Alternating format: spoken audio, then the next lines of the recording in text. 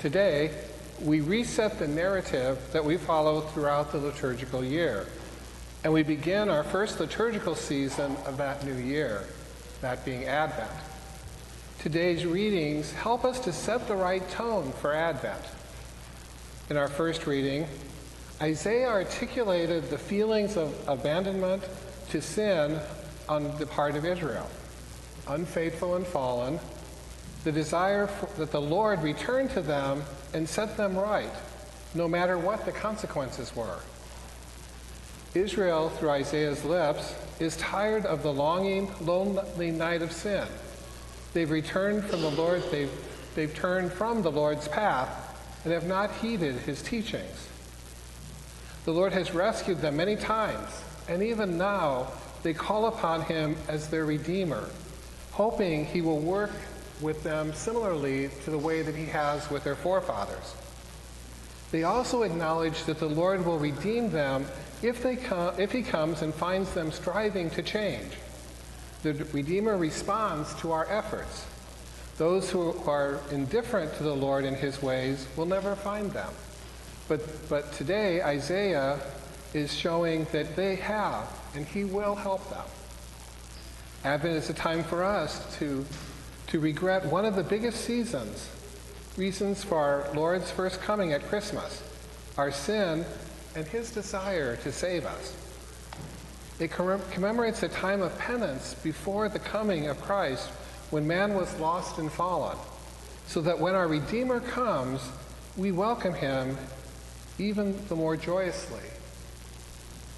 In today's second reading, St. Paul reminds us that with the coming of Christ, the lamenting of Israel was taken care of, or was addressed. Christ has come to redeem us, and now, with Advent, we await him to come again. St. Paul reminds us that of all the spiritual gifts that our Lord has showered upon us, we live in Advent already redeemed, and we know how the story ends. But even though the Advent season we return to the first part of the narrative, we hope with continuing hope. St. Paul today may be speaking of the second coming, but his words remind us that every Advent season is an opportunity for our Lord to come into our hearts and to reveal himself in a special way, building the spiritual gifts that we have already received. Advent is an expectation for Christmas. It should not live in the spirit of "what have you done for me lately," but rather recalling that our Lord has given us, along with the hope that he will continue to lavish us with spiritual blessings. And then in our gospel this morning, our Lord also establishes a tone for Advent, even though he is speaking of the second coming, and that is vigilant expectation. The Lord first came in a way that nobody expected. Isaiah today was hoping that the Lord would come and make mountains quake, but our Lord was born of a baby in a cave, hidden from most of the world.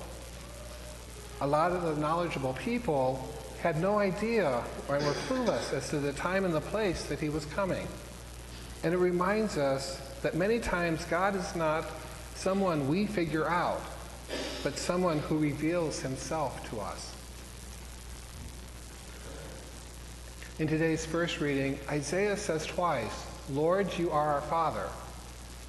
By reminding us today that God always fulfills his promises, the Church wants us to put that prayer into our hearts. God is our Father. He is always looking after us, protecting us, and loving us. And unlike earthly fathers, God's fatherly love has no limits, or imperfections, or blind spots.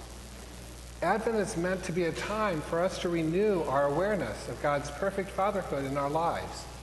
It is meant for it to be a time when we lift up our minds out of the hustle and bustle of our life in this fallen world and gaze with wonder and joy at the light of God's love. But we can only do that when we make time for it.